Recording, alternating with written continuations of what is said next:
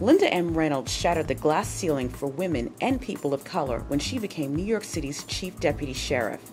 In a revealing interview, hear about the challenges and achievements of that history-making position from Reynolds herself and a few of the people who worked for her.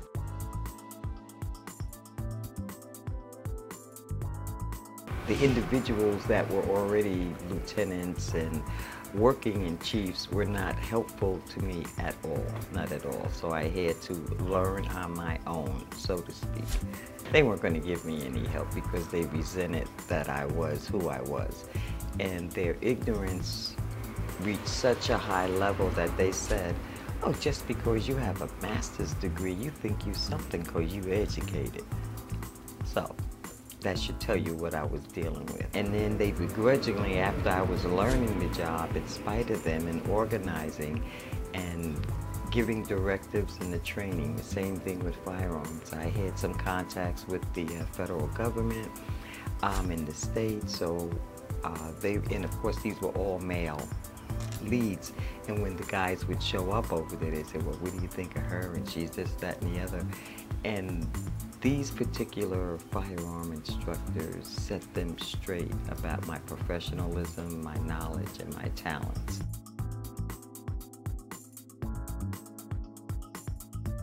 My goal, and I spoke to the sheriff, and that was one of the proudest achievements I did in the sheriff's office, was equalize the racial mixture of the department. So we'd have more women and more people from other races. And I designed the seizure unit, and that is a unit of deputies that would go out on warrants. And how we would proceed is we'd go in, they had received dozens of notices, but they just ignored them.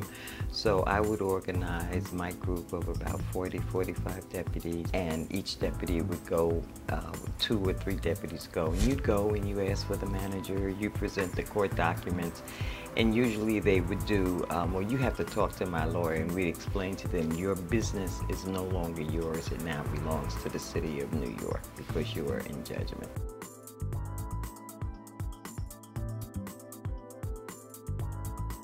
She is the female version of Mark Harmon on NCIS. She has that hard exterior, to a degree, but she will back her people to no end.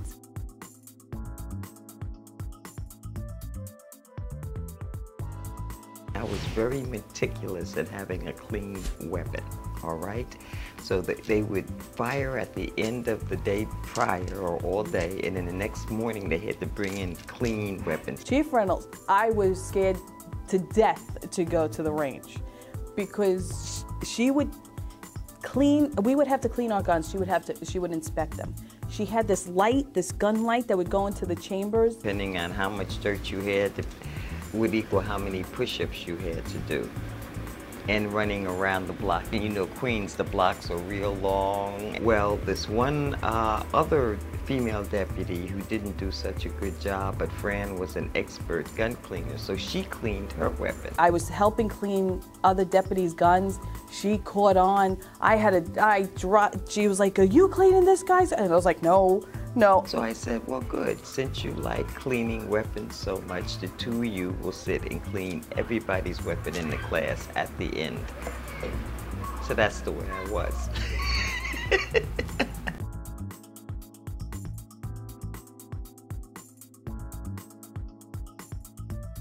She, implemented different policies in firearms. So whenever we go to requalify and shoot, it was just normally the typical, just go out and qualify, shoot your rounds, pass, and that's it. And she would, show you how to adjust and shoot if your target was off. But Linda would take it to a whole nother level.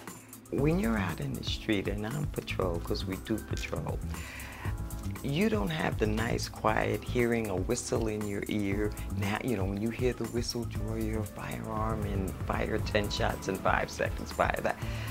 That doesn't happen. She would bring in smoke bombs, and she would have you running up hills and down hills, and now get back on the line and shoot. I would have a marked vehicle brought down on the field.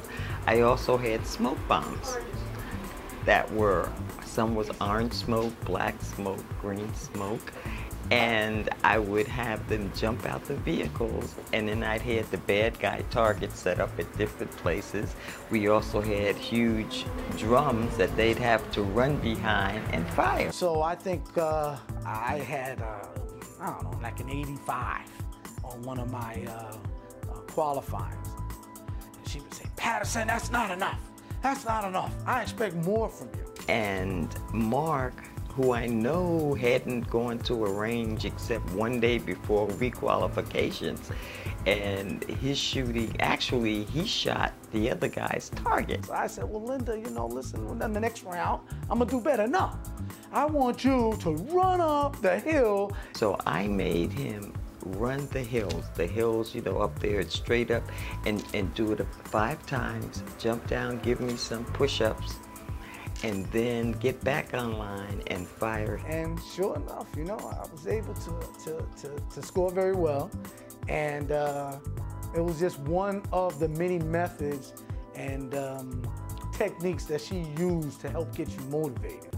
Every deputy who's ever left the sheriff's office to go into another law enforcement field, every one of them have contacted me, and they wanted to know, where did they learn to shoot so well, and why were their guns so clean?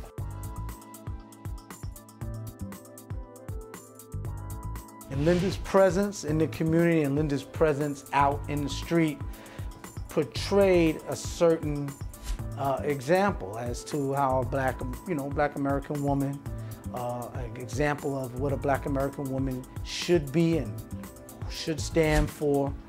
And I was very proud of her. We should be very proud of the things that she's accomplished, because even to this day, a lot of the programs and a lot of the things that she implemented at the sheriff's office still stand.